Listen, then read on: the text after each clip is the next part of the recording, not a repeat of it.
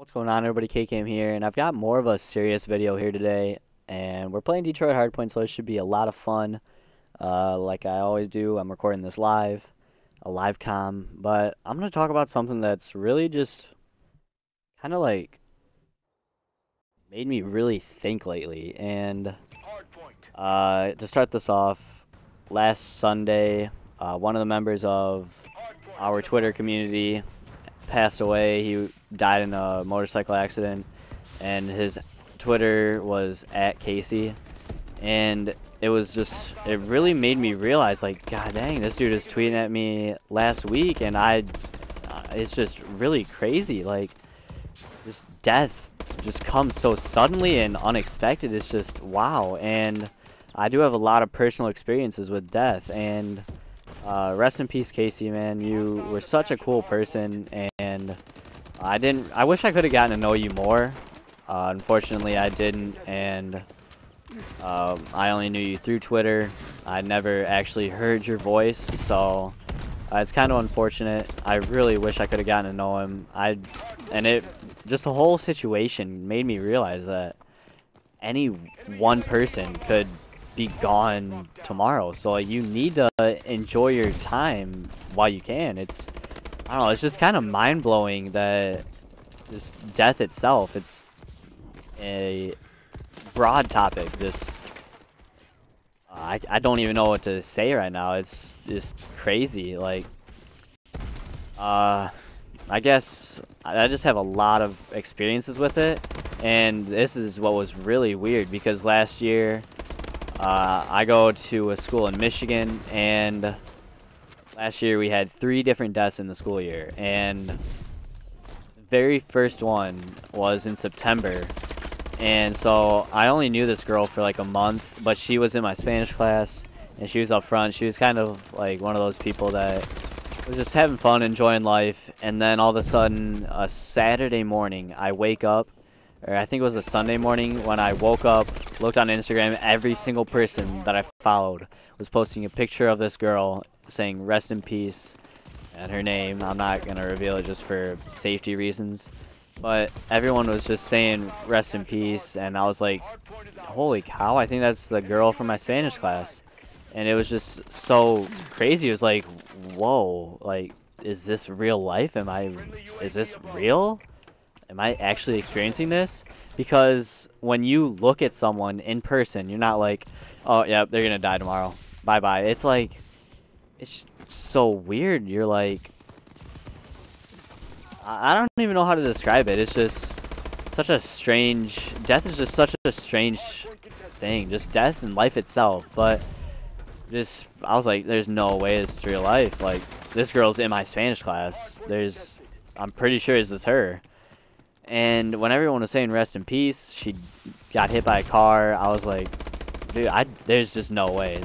I'm not believing this, And then when I went to school the Monday after, and everyone was just so sad, and everyone had to wear blue, because I mean, they didn't have to, but everyone wore blue in honor of her because it was her favorite color. And there's like, and on the announcements, everyone's having a moment of silence, and I walk into my 3rd hour, and there's a guidance counselor there, and she's talking to everyone, and the seat is empty that she used to sit in, and I was just like, dude, this is insane. Like, I didn't know the girl too much, but it's just insane. Like, she was here 1 second, and now no one's gonna see her again except for pictures. It's just, I was mind blown. I was like, I'm one of those people that something happens, something tragic happens, and I'm in disbelief. I'm in denial for quite some time, just because I don't want to believe it. One, I don't like change, and then 2, I don't know, I'm just always one of those people that denies that something bad ever happened, and I just want life to be sort of perfect and in the form of a utopia, but it really isn't. And so when everyone was crying and talking about how she was gone, I was like, wow, I didn't even know her. Like, I never said a word to her, and still this is like affecting me in a weird way. And that's just how crazy death is. And then 2 more people even died that year from my school, and I'm so lucky. I'm so happy that no one died this year, just because obviously you don't want anyone to die. You don't want anyone to have to go through the experience of a death, especially their own family. Like, you have to think that people that are family to that person, they just go through so much if someone dies. It's got to be the worst experience ever. Just like, imagine, I think about it all the time because I have grandparents that are older, and so I'm always so worried. I'm like, man, dude, I really have to enjoy this time while I can.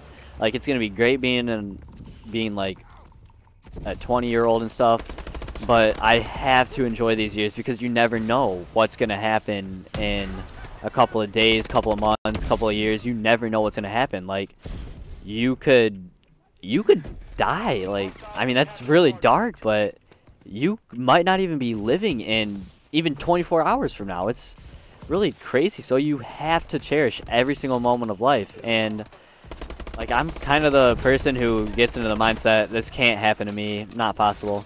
And it really can. Like, you look at Casey, he was such a cool person. I think he bought Avalanche Twitch on Twitter. I think he bought him his Astros, and just, it sucks that it happens to nice people. I kind of wish that it only happened to bad people, and that if you were a good person, it wouldn't happen to you, but it can happen to anyone. It happens to anyone. It does happen to everyone.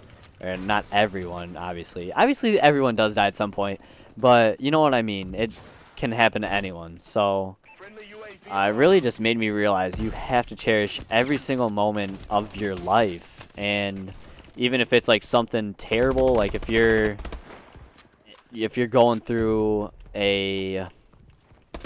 just a terrible event or a tragic event yourself, you still have to kind of enjoy that, just because it might be the last thing of that you'll ever get to experience, and that might be a good thing, but really I mean, you're never ever gonna experience anything ever like it. So it's a once in a lifetime experience, and you have to live it to its max. And so that's why they always say live life to its fullest. Make sure you do everything that you want to do. Make sure that you cherish every single moment of your life.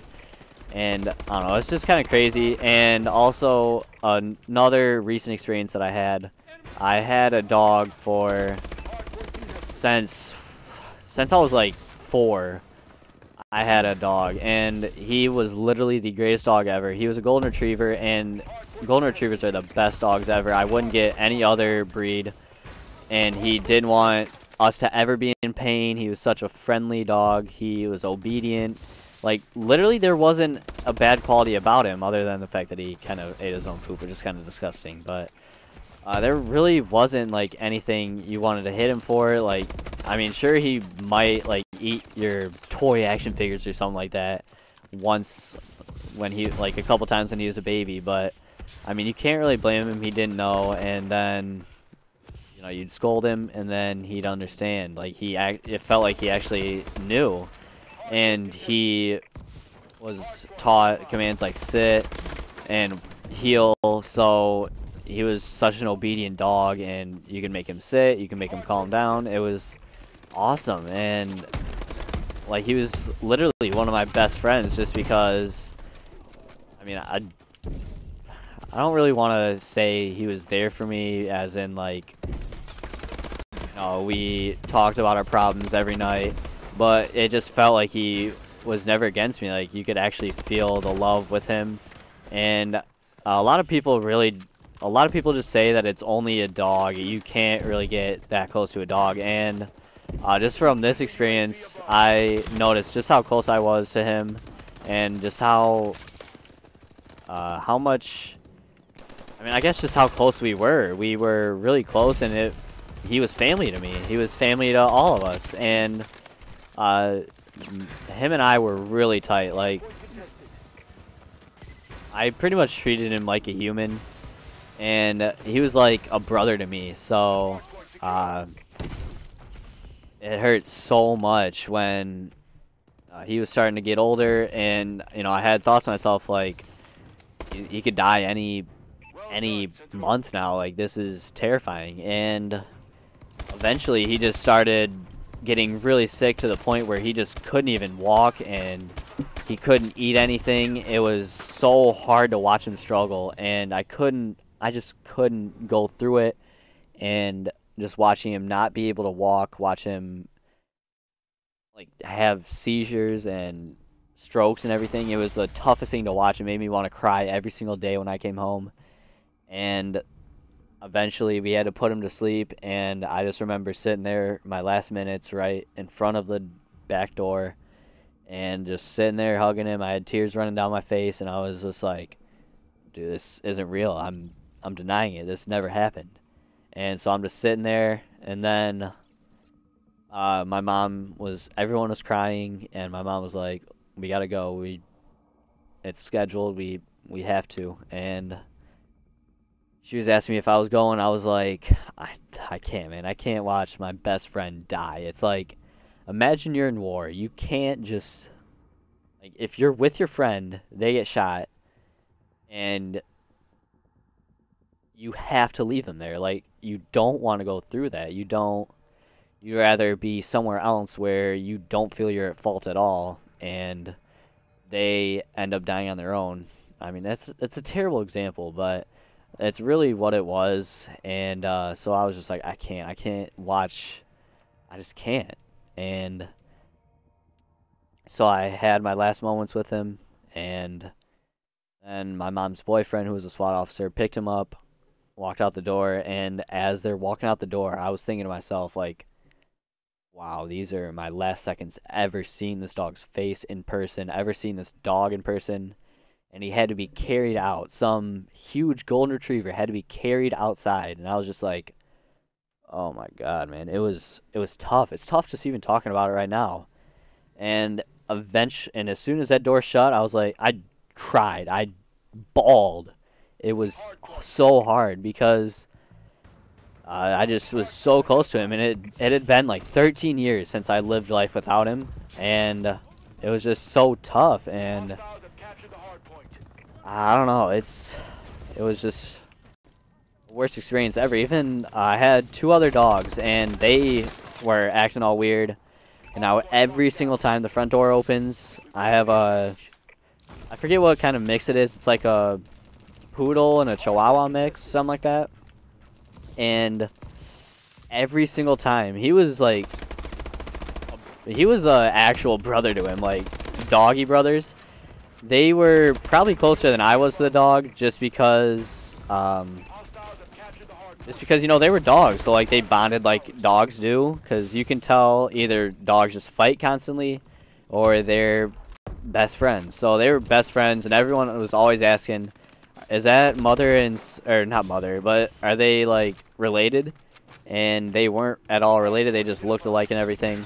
So it was really, it was even hard for him. And still to this day, this happened back in October, and still to this day, anytime you open up the front door, he runs out there and he checks to see if he's there, just trying to find him, because he misses him. We all miss him, and it's pet deaths are so hard. And just seeing him all sad, and he came in and he pouted himself, and he just kept whining, and even the dog looked depressed. Even it was such a sad time. And then going to school the next day, just actually thinking to myself, like, he isn't even here with me anymore. And coming home, not seeing him, and then trying to call the dogs outside, you accidentally say his name, and you're just like, man. And it's just like your emotions just get renewed, and it's sad again. And I don't know, it's tough because in a way death is pretty much just celebrating an end to, it's like an end to a great lifetime. So when you have a sports player retire, it's like the end to a great career, especially if you're like Kobe or LeBron, and it's like the end to a great career. And you know, you should be celebrating what a great career they had, just like how you should be celebrating what a great life someone had. But it's really just tough because you're gonna miss them so much. It's like you're not gonna see them, hear them, even like you're not gonna personally coexist with them ever again. It's just such a weird, it's like sad and tough. It's just a really hard experience.